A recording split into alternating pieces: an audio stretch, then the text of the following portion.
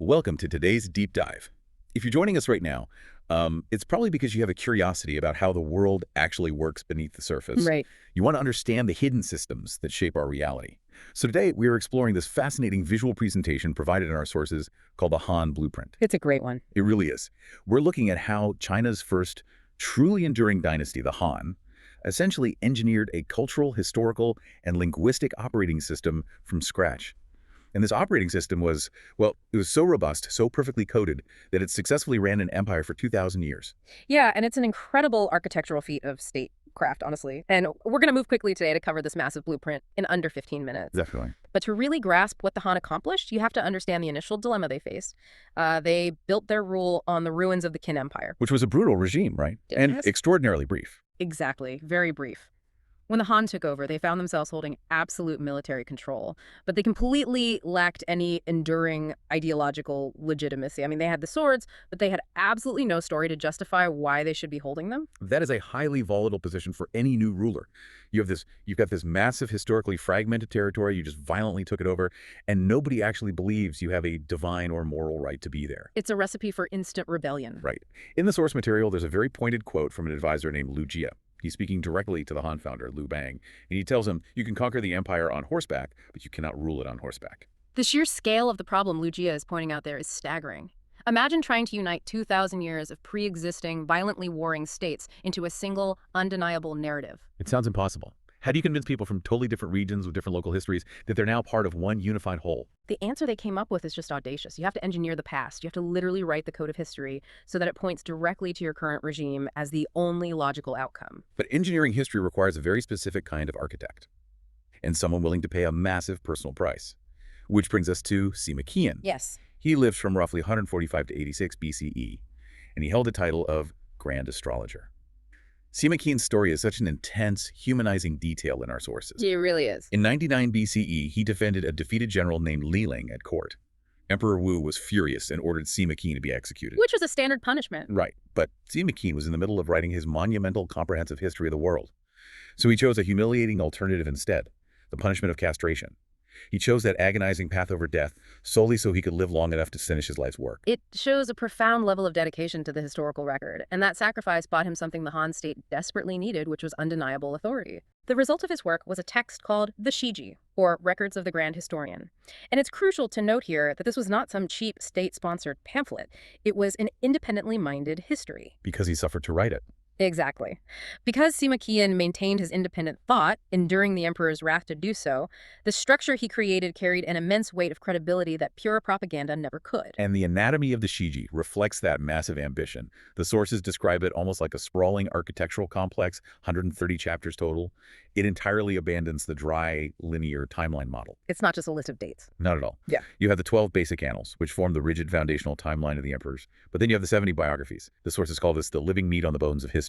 Such a great phrase. It features assassins, wandering philosophers, rebels, everyday people. It gives the history real psychological depth. And filling out the rest of the structure, you have the 30 hereditary houses, detailing regional vassals, 8 treatises on specialized subjects like science and music, and 10 tables of strict chronological data. And within that beautifully constructed universe lies the subtle genius of Sima Qian's design. He created the illusion of inevitability. How so? Well, historical reality prior to the Han was a tangled, chaotic web of rival states constantly shifting power. Sima Qian took that chaos and carefully organized it. He placed the Qin and the Han firmly in those prominent basic annals, positioning them right in the center of the historical stage. Oh, wow. Meanwhile, he pushed all the contemporary rival states out into the lesser section, the hereditary houses. So Sima Qian essentially took this chaotic, multi-threaded web of warring states and pulled a single golden thread right through the center. He relegated everyone else to the margins to create the illusion of a single, continuous lineage. By structuring the book this way, he successfully masked the fractured reality of ancient China. He made the unified Han Empire look like the undeniable, preordained destiny of Chinese history. He built a narrative track, and it worked flawlessly. In fact, it turned into a 2,000-year conveyor belt. The conveyor belt. Yeah.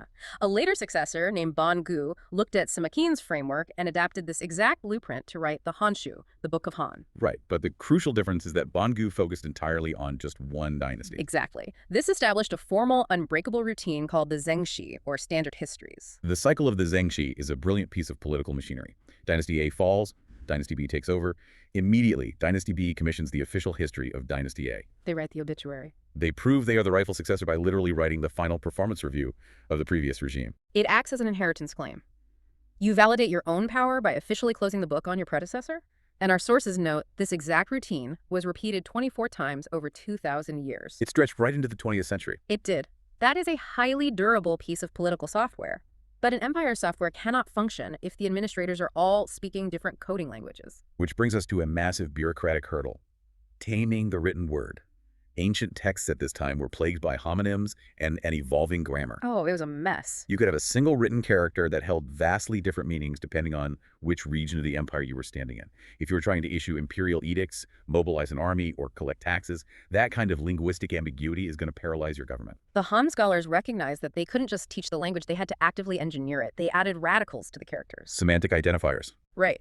If you have a character with confusing or multiple meanings, you add a water radical to it, locking in its specific association with water. They systematically stripped away the ambiguity.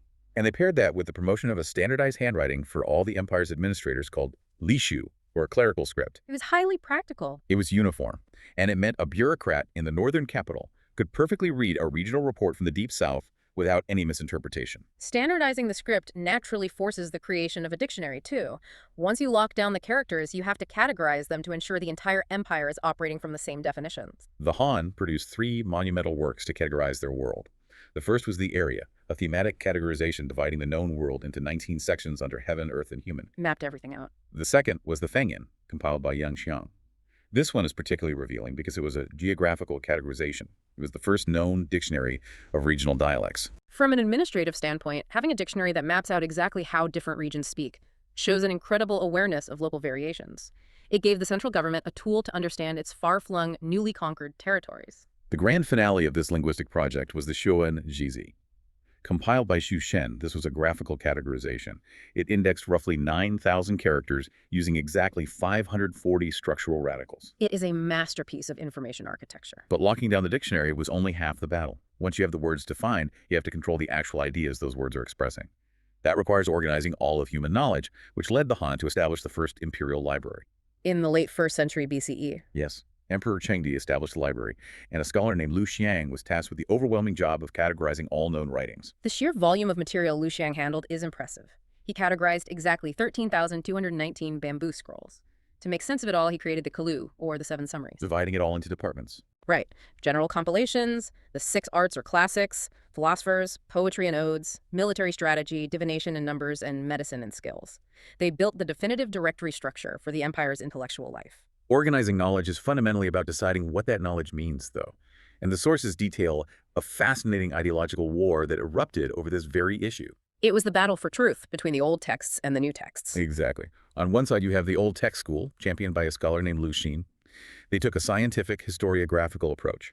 They relied on older, pre-Han versions of texts written in archaic script.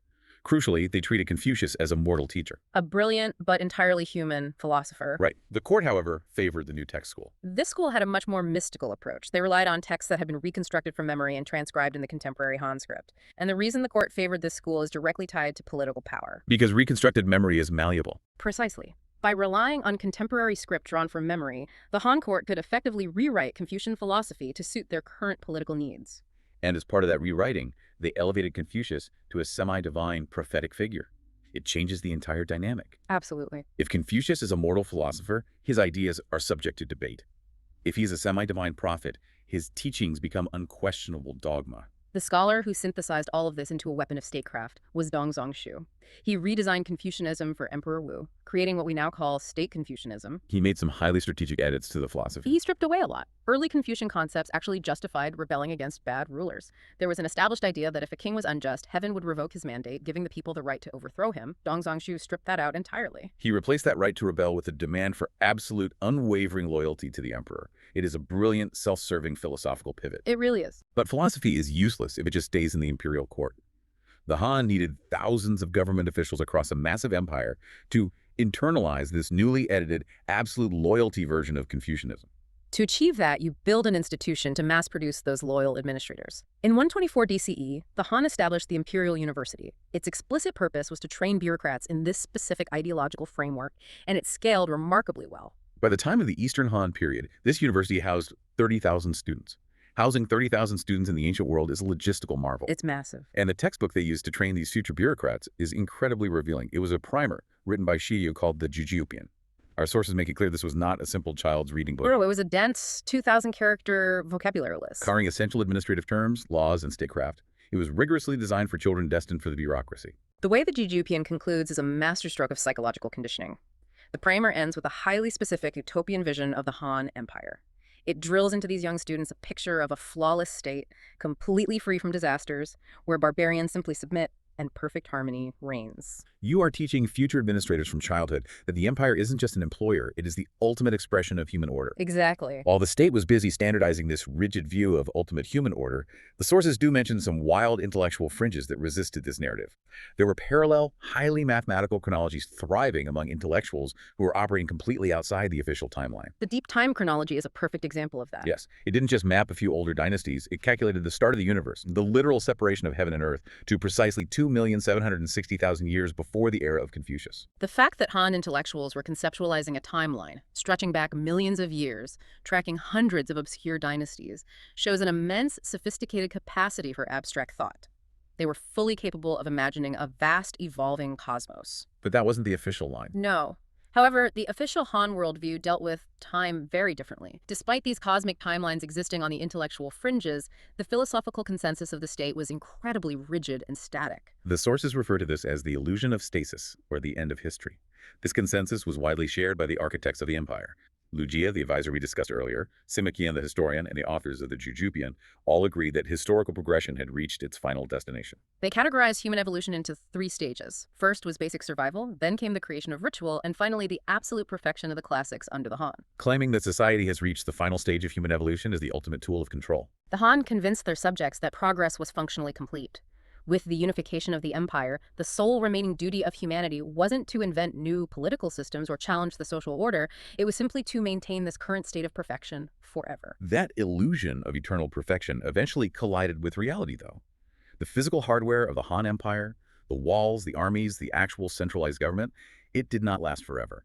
It eventually collapsed entirely into the prolonged chaos and bloodshed of the Three Kingdoms period. The physical infrastructure was completely destroyed, but the core insight of this entire blueprint is that their software survived the collapse. The code kept running. Exactly.